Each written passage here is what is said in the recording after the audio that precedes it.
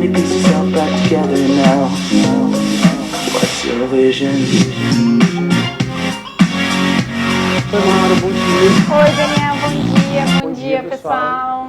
Tudo bom? Tudo bom? Então, o que nós vamos falar para essa galera, então, hoje, Dani? Hoje a gente vai falar um assunto muito legal, muito interessante de nós pensarmos a respeito, que é como surgem as doenças. Isso é muito legal, um assunto muito Vasto, é um assunto amplo, vasto, né? E a gente adora conversar muito sobre pensar sobre essas coisas. Então, isso que a gente vai trazer hoje para vocês é uma nova percepção, né? Alguns podem estar conhecendo, ou alguns nunca ouviram falar, né? Eu fiquei bem... Fez sentido para mim quando eu conheci, eu acho que quando tu também conheceu fez sentido, né? Porque às vezes a gente pensa que a doença que a gente pode estar tendo no momento é só no físico, só naquele órgão, né? Então, o que eu quero conversar com vocês e o Dani também é como as doenças se formam através das 5 leis biológicas, né? Essa é uma nova percepção que se tem hoje para a formação de uma doença.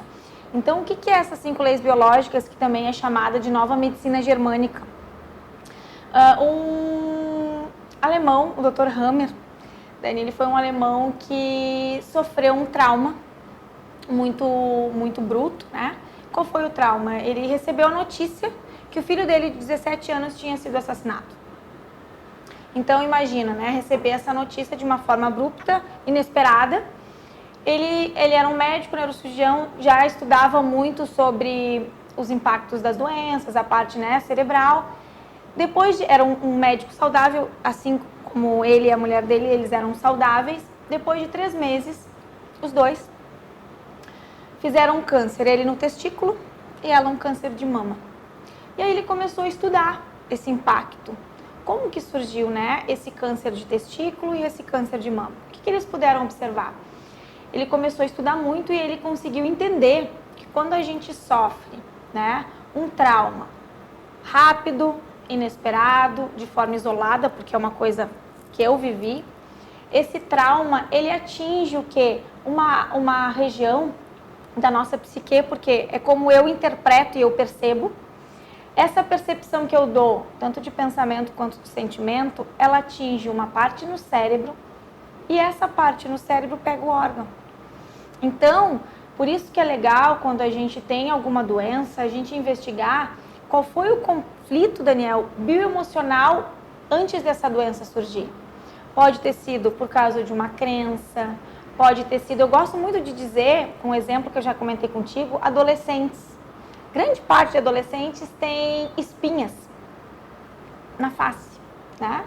E espinhas é um conflito de desvalorização, de um conflito de integridade. Porque na adolescência que eu tô me mostrando, tô colocando em voga as minhas opiniões, na minha família o que eu gosto, às vezes é diferente, né, do meu círculo da família.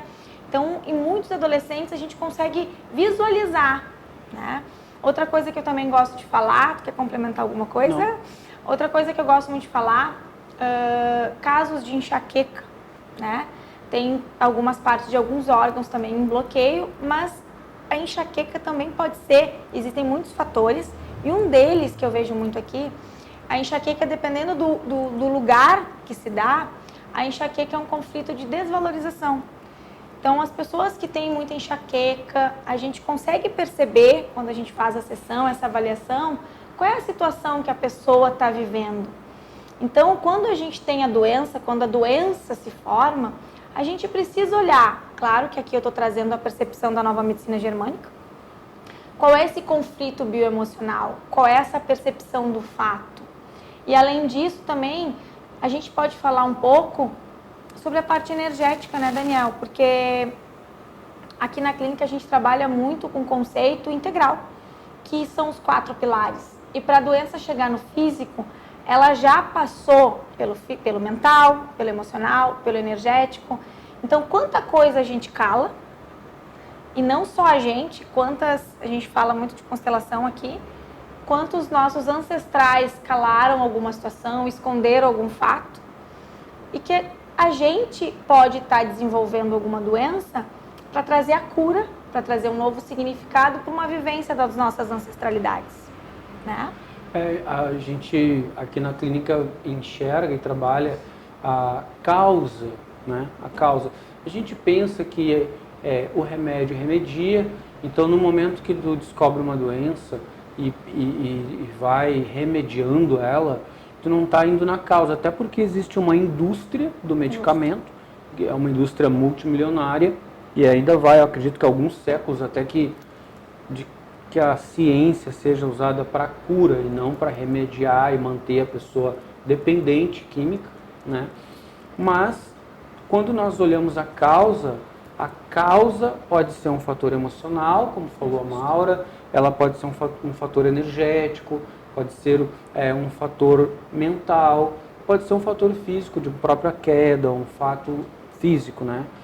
E nossa dica é que a gente desenvolva cada vez mais o hábito de procurar a causa, né? Procurar a raiz, a crença raiz, o fato emocional que deu origem a um desequilíbrio em algum órgão que possa ter gerado alguma dor, alguma doença, e ter a consciência cada vez mais que existe um mercado do medicamento. A gente precisa saber que existe um mercado e nada mais útil para o mercado do medicamento que é manter as pessoas doentes. Então, a questão da doença a gente fala muito porque nós fomos ensinados, né, a tratar a doença, né?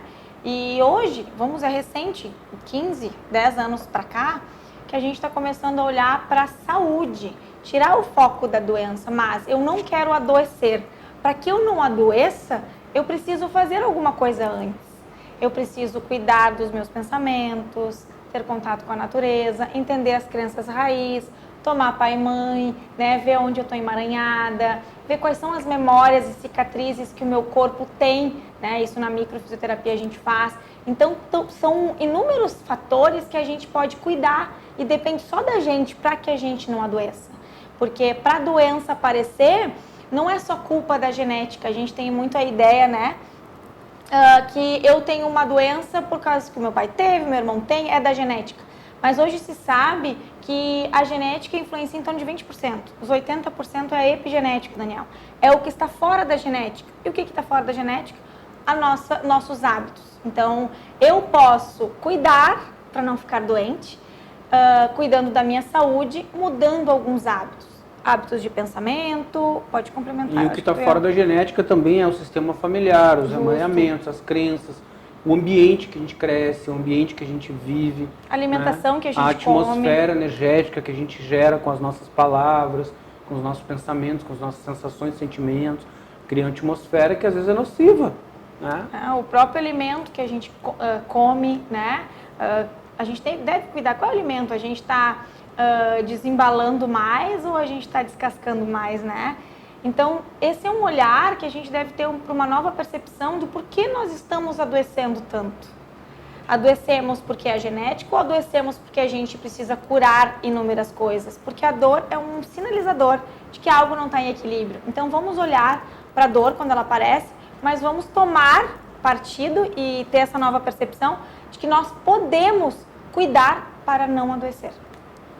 É isso aí, ter uma vida mais saudável, cuidando e olhando mais para os nossos corpos físico, mental, energético e o corpo emocional, para que a gente tenha mais equilíbrio, mais saúde, né?